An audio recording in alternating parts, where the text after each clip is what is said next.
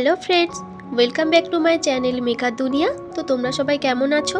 আশা করি ভালো আছো, সুস্থ আছো। আমরাও ভালো আছি।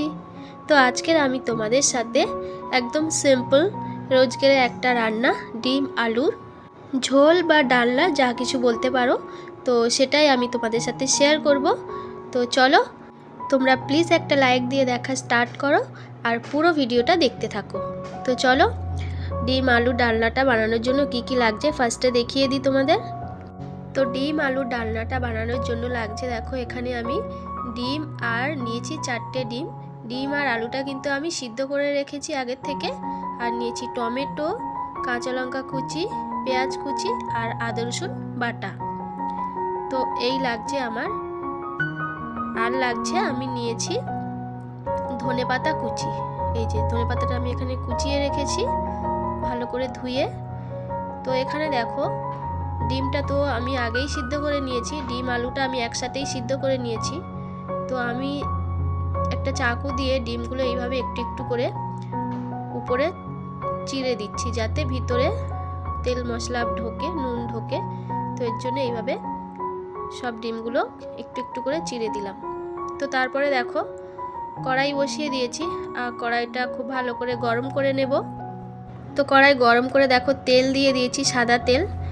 তেলটাও খুব ভালো গরম হয়ে গেছে। তারপরে দিয়ে দিলাম একটুখানি হলুদ গুঁড়ো আর অল্প একটু নুন। তো নুন আর হলুদটা তেলের মধ্যে একটু মিক্স করে নিচ্ছি। ফার্স্টেই আমি ডিম 4টে ভেজে নেব।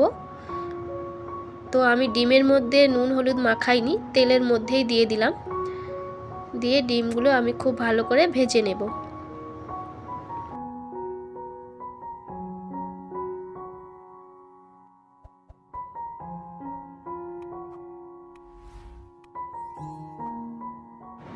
ব্যাস, ডিমগুলো এই যে ভাজা হয়ে গেছে। তো এরপর আমি ডিমগুলো উঠিয়ে নেব। দেখো, ডিমটা তুলে নিয়েছি। দিয়ে আর একটু তেল দিয়ে দিচ্ছি, সামান্য তেল একটু ছিল, আর একটু তেল অ্যাড করে দিলাম। তো তারপরে দিয়ে দিলাম পেঁয়াজ কুচি আর কাঁচা লঙ্কা কুচিটা দিয়ে দিলাম। দিয়ে পেঁয়াজটা খুব ভালো করে ভেজে নেব, একটু ব্রাউন করে ভেজে নেব।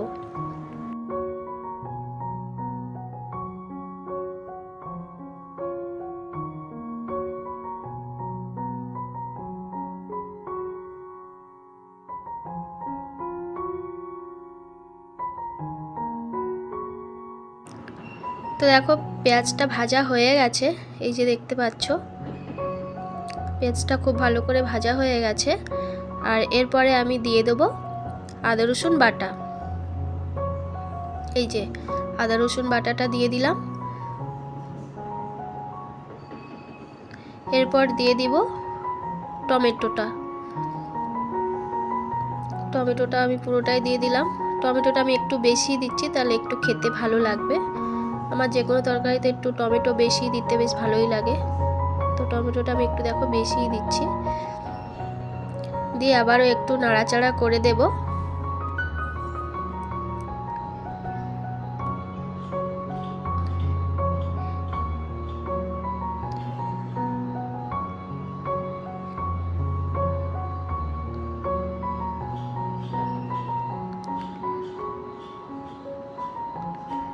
এরপরে আমি দিয়ে দেব নুনটা দিয়ে দিলে তাহলে টমেটোটা খুব তাড়াতাড়ি নরম হয়ে যাবে।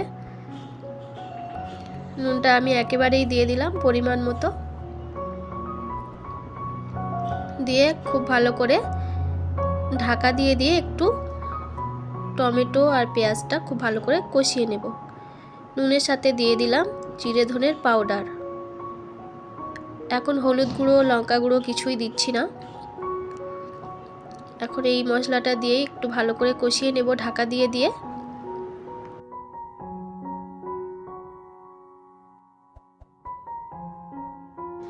এই যে মশলাটা দেখো খুব ভালো করে কষিয়ে নিয়েছি, আর টমেটোগুলো কত সুন্দর নরম হয়ে গেছে। এরপরে আমি দিয়ে দিলাম হলুদ গুঁড়ো, পরিমাণ মতো হলুদ গুঁড়ো দিয়ে দিলাম লঙ্কা গুঁড়ো।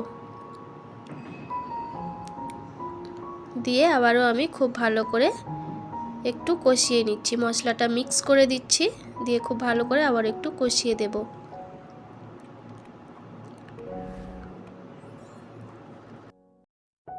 এই যে দেখো মশলাটা কত সুন্দর কষানো হয়েছে, আর আমি কিন্তু পুরোটাই ঢাকা দিয়ে দিয়ে কষিয়েছি। তো মশলাটা কিন্তু একদম পারফেক্টভাবে কষানো হয়ে গেছে। আর আগের থেকে যে ডিমগুলো ভেজে রেখেছিলাম, ডিমটা আমি দিয়ে দিলাম। ডিম আলু পুরোটাই দিয়ে দিচ্ছি, আর আমি ডিম আলুটা এই মশলার সাথেই দিয়ে দিচ্ছি, কষাবো। ডিম আর আলু দিয়েই একসাথে করে কষাবো। অনেকে কি করে মশলাটা দিয়ে জল দিয়ে দেয়, তারপরে আলুটা দিয়ে দেয়, কিন্তু ডিমটা লাস্টে দেয়, মানে ফুটে গেলে তারপরে দেয়। কিন্তু আমি একটু অন্যরকমভাবে করছি, মানে আমি যেভাবে রান্না করি সেটাই শেয়ার করছি তোমাদের সাথে।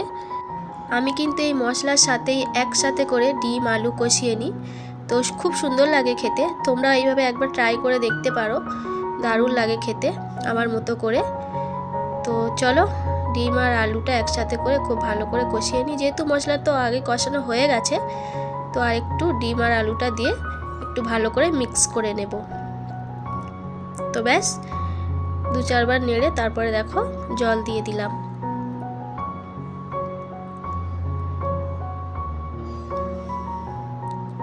আর জল দেব না, জল এতটাই থাকবে। আর যেহেতু আলু তো সিদ্ধই করা, আর আলুটা দেখো আমি একটু বড় বড় সাইজে করে রেখেছি, মাংসর আলুর মতো একটু বড় বড় সাইজে রেখেছি, তাহলে ভালো লাগবে, খেতে ভালো লাগে, দেখতেও ভালো লাগে। তো এবারে ঝোলটার ফোটার অপেক্ষায়।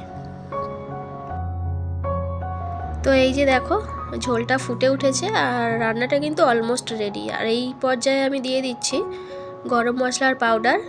গরম মশলার পাউডারটা দিয়ে একটু নাড়িয়ে দিলাম, একটু মিক্স করে দিলাম মশলাটা। রান্নাটা একদম হয়ে গেছে,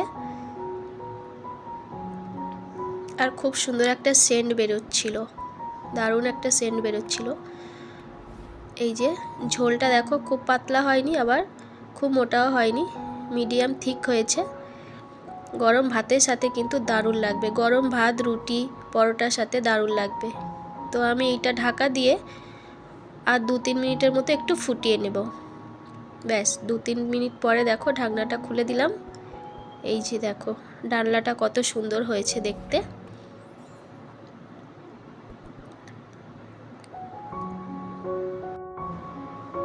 ঘরে যদি মাছ মাংস নাও থাকে, ডিম কিন্তু এইভাবে রান্না করে খেতে দারুণ লাগে। আমার ডিম খুব ফেভারিট, তো সবসময় মাছ মাংস খেতেই হবে এমন না। ডিমটাকে যদি একটু খুব সুন্দর করে রান্না করে খাওয়া যায়, তাহলে কিন্তু ভাত রুটি বেশি খাওয়া যায়। তো চলো রান্না কিন্তু একদম রেডি, আর আমি উপর থেকে ধনেপাতা ছড়িয়ে দিলাম।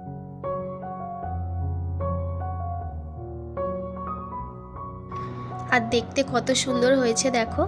তো তোমরাও অবশ্যই কমেন্ট করে জানাবে কেমন লাগলো আমার রেসিপিটা। ভালো লাগলে একটা লাইক করে দিও। নতুন বন্ধু হলে আমার চ্যানেলটি সাবস্ক্রাইব করে পাশে থাকা বেল আইকনটি ক্লিক করে নোটিফিকেশানটা অল করে দিও, যাতে আমার পরের ভিডিও সবথেকে আগে তোমার কাছে পৌঁছে যায়। নতুন বন্ধু পুরনো বন্ধু সবাইকে অনেক অনেক ভালোবাসা। সবাই ভালো থেকো, সুস্থ থেকো। নেক্সট ভিডিওতে খুব তাড়াতাড়ি দেখা হবে। এখনকার মতো টাটা।